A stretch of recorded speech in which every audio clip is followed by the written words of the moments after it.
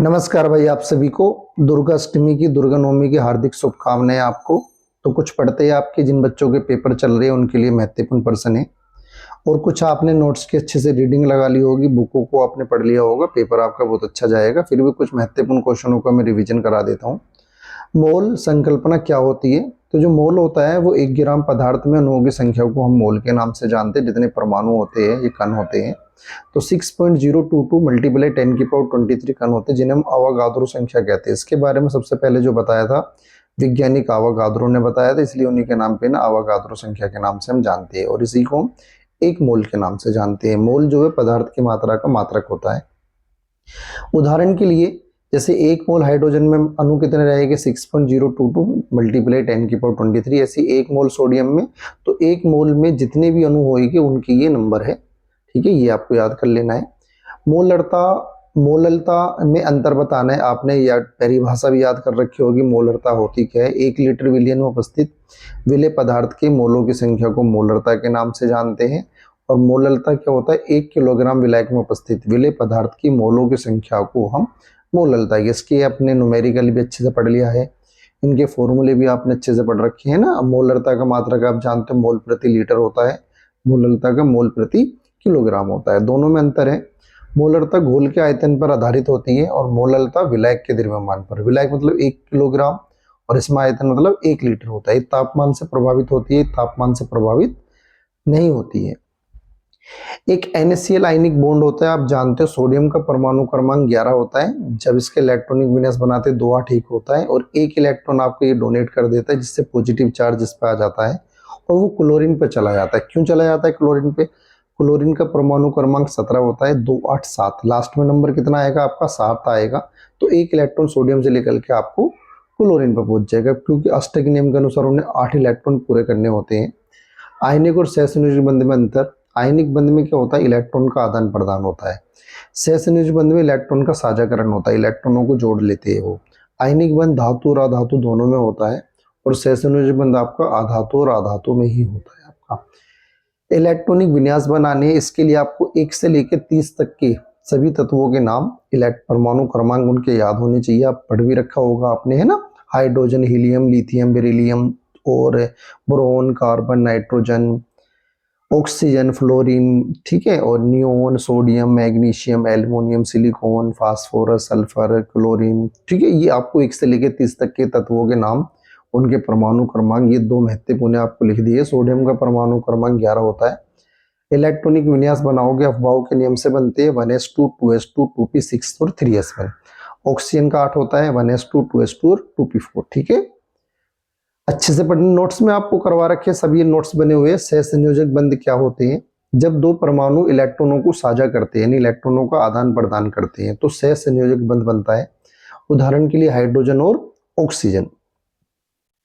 इसी प्रकार अफबाऊ सिद्धांत। अफबाऊ क्या होता है? अफबाऊ का नियम क्या है? सिद्धांत क्या है? ठीक है, तो अफबाऊ के बारे में सब जानते हैं। अफबाऊ एक जो जर्मन का शब्द है, जिसका अर्थ होता है जानना। इस नियम के अनुसार हम किसी तत्परमाणु के इलेक्ट्रॉनिक विन्यास जब बनाते हैं तो उसके उपकोष में इलेक्ट्रॉन के भरने की हमें जानकारी मिलती है। उपकोष जानते हो, SPDF होते हैं। तो इसके अनुसार जो इलेक्ट्रॉन होता है पहले कम ऊर्जा वाले ऑर्बिटल में जाएगा, फिर वो उच्च ऊर्जा वाले स्तर में जाएगा। इसके लिए मैंने एक आपको डायग्राम बनाया था, चित्र बनाया, तो उसकी अच्छे से आप प्रैक्टिस कर लेना। 1s 2s 2p 3s 3p 4s 3d इसका क्रम होता है, ठीक है। हेलो एल्केन, हेलो एरिन के बारे में आपको अच्छे समझा रखा है। हेलो एल्केन 2 शब्दों से मिलकर बना है, हेलो और एल्केन। हेलो का मतलब आप जानते हो हेलोजन होता है। हेलोजन समुद्री तत्व है। हेलोजन को हम X2 से प्रदर्शित करते हैं, अच्छे से करवा रखा है। और साथ में नाम क्या होते हैं? ब्रोमीन, क्लोरीन, आयोडीन, फ्लोरीन, है ना, ये इसके नाम होते हैं। ऐसी एल्केन का सामान्य सूत्र CnH2n+2 होता है। तो इसके उदाहरण मेथेन और एथेन होता है। एन की जगह हम 1 नोट कर सकते हैं और 2 नोट कर सकते हैं।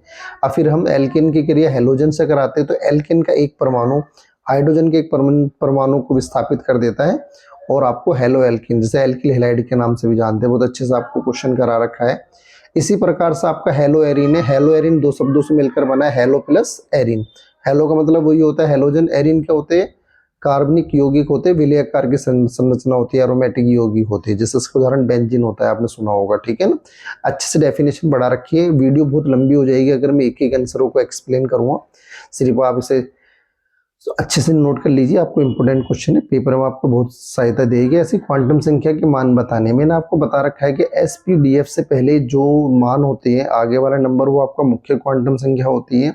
फिर आप उसी प्रकार से हम L का मान निकाल सकते हैं और M का मान निकाल सकते हैं और S का मान। चारों के फॉर्मूले होते हैं, बेस होता है, बेसिक बातें हैं, आपने समझ भी रखा होगा अच्छे से, ठीक है ना। इन दोनों को न्यूमेरिकल को अच्छे से आप देख लेना। केसी की डेरिवेशन, एक आपको हमने डेरिवेशन कराई थी, टॉपिक था आपका उत्क्रमण्य अभिक्रिया और अनुत्क्रमण्य अभिक्रिया। ये दो डेफिनेशन कराई थी हमने, जिसमें अभिकारक अभिक्रिया करके उत्पाद बना देता है और उत्पाद अभिक्रिया करके अभिकारक बना देता है। उत्क्रमण्य अभिक्रिया होती है जितनी स्पीड से, जितनी गति से अभिकारक उत्पाद बनाता है, उतनी ही गति से अभिकारक जो है उत्पाद है वो बनाता है। उसी आधार पर डेरिवेशन हुई थी केसी वाली। M1A + M2B याद आ रहा होगा आपको, रिवर्सिबल का चिन्ह आया था, है ना, N1C + N2D, उसके आधार पर।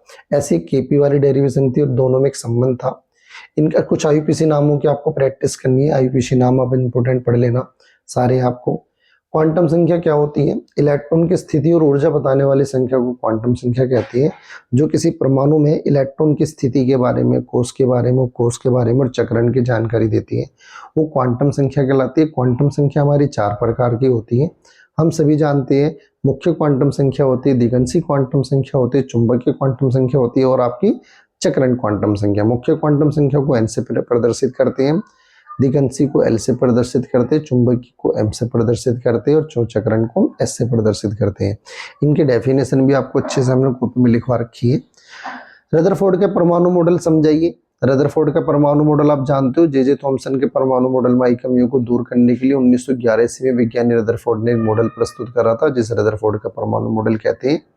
उन्होंने भी अपनी अपनी परिकल्पना बताई थी, अपने अपने सिद्धांत बताए थे, लेकिन इनके सभी के मॉडल में गलतियां पाई गई थी। इनकी गलतियों को सही करने के लिए वैज्ञानिक नील्स बोर का परमाणु मॉडल आया था।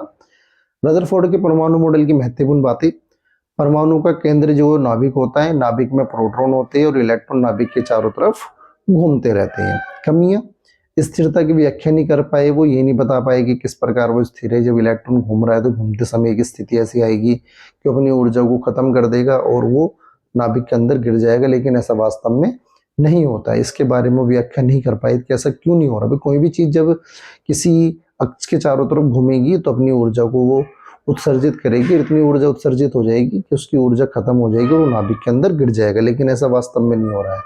इसके बारे में नहीं बता पाए थे, असफल मॉडल हो गया। तो ये पूछे जाते हैं, जे थॉमसन का परमाणु मॉडल, रदरफोर्ड का परमाणु मॉडल, डाल्टन का परमाणु मॉडल हो गया और एक आपका नील्स बोर का परमाणु मॉडल। विद्युत सहसंयोजक यौगिक क्या होते हैं समझाइए। वे यौगिक जो इलेक्ट्रॉन के आदान प्रदान से बनते हैं आयनिक यौगिक कहलाते हैं और इसके गलनांक होते हैं, उच्च गलनांक होते हैं, जल में घुलनशील होते हैं। उदाहरण आप जानते होंगे, NaCl हो गया, विद्युत का चालक होते हैं। नमक जो होता है ना, उसमें भी आपकी धारा प्रवाहित हो सकती है यदि वो आपका गलित अवस्था में है, ऐसी KCl हो गया। महत्वपूर्ण क्वेश्चन इन्हें आप पढ़ लेना, ठीक है, अच्छे से नोट्स में मिल जाएगा। उष्मागति का प्रथम नियम आपको समझाना है।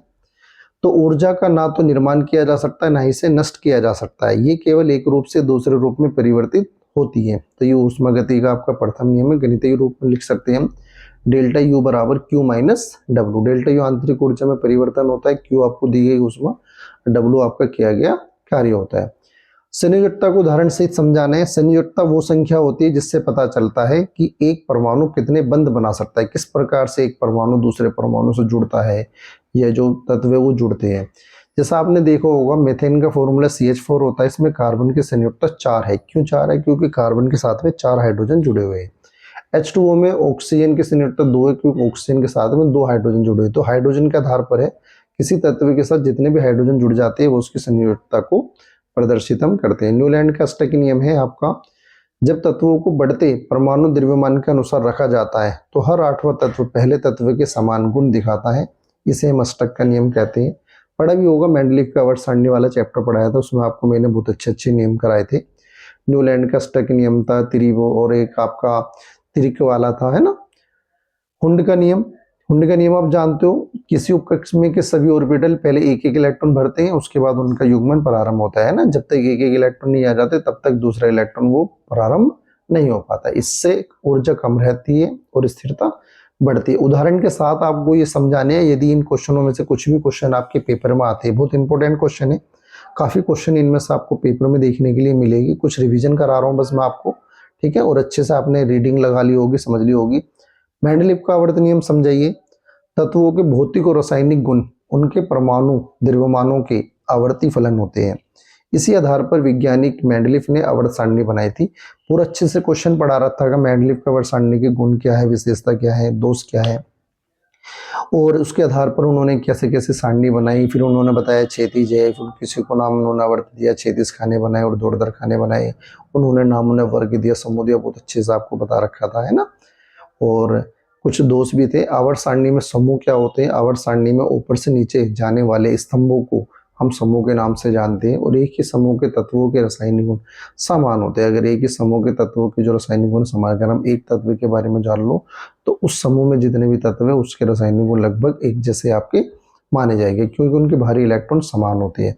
अगर किसी में एक एक इलेक्ट्रॉन आ रहा है तो सब में एक एक इलेक्ट्रॉन आएगा। जैसे लिथियम में एक आ रहा है, सोडियम में एक आ रहा है, पोटेशियम में, इस तरह से आपका पाउली अपवर्जन नियम, सभी नियम आपको पढ़ लेना। हुंड का नियम, पाउली का नियम, अफवाओं का नियम, जितने भी नियम है ना आपको सारे पढ़ लेना। उसमें से 2-4 आपको नियम पेपर में देखने के लिए मिलेगी।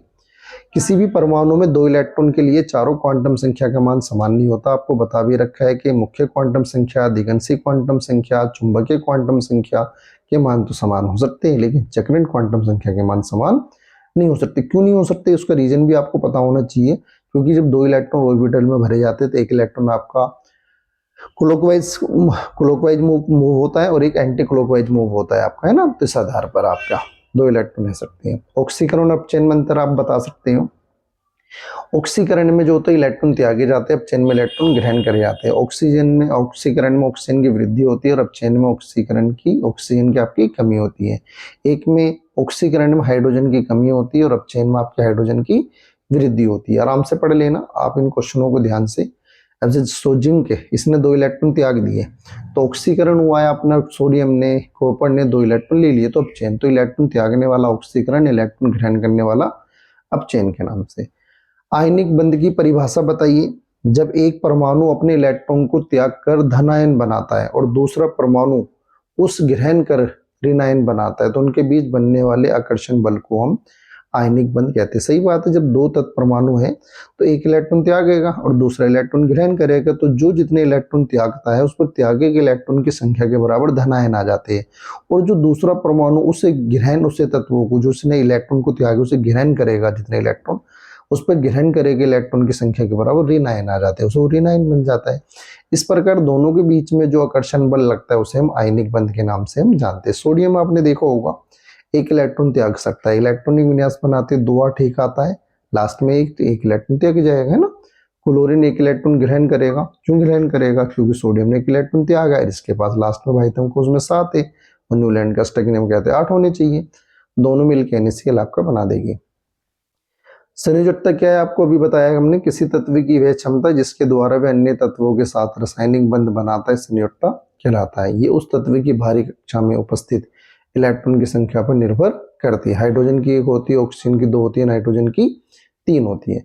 मुझे उम्मीद है क्वेश्चन आपको समझ में आए होंगे पेपर में, तो इन क्वेश्चनों को आप ध्यान से देख लेना, है ना, और समझ लेना, और पेपर आपका अच्छा जाएगा। चिंता आपको करने की कोई जरूरत नहीं। आपने 2 दिन 3 दिन आपको पढ़ने के लिए मिले इस पेपर में। जिन बच्चों के अभी स्कूलों में पेपर खत्म नहीं हुए उन बच्चों के लिए भी महत्वपूर्ण क्वेश्चन है ये। तो वीडियो देखने के लिए धन्यवाद। यदि इस वीडियो ने आपका थोड़ा सा रिवीजन कराया, फायदा कराया, तो वीडियो को लाइक और सब्सक्राइब कर लेना। यदि आपने अभी तक चैनल नहीं करा, ये आपकी आने वाले समय में भी छोटे छोटे नोट्स बनाने में भी काम आएगी, और 12th क्लास की भी रेगुलर वीडियो आती रहेगी आपके लिए रिवीजन करने के लिए, ठीक है ना।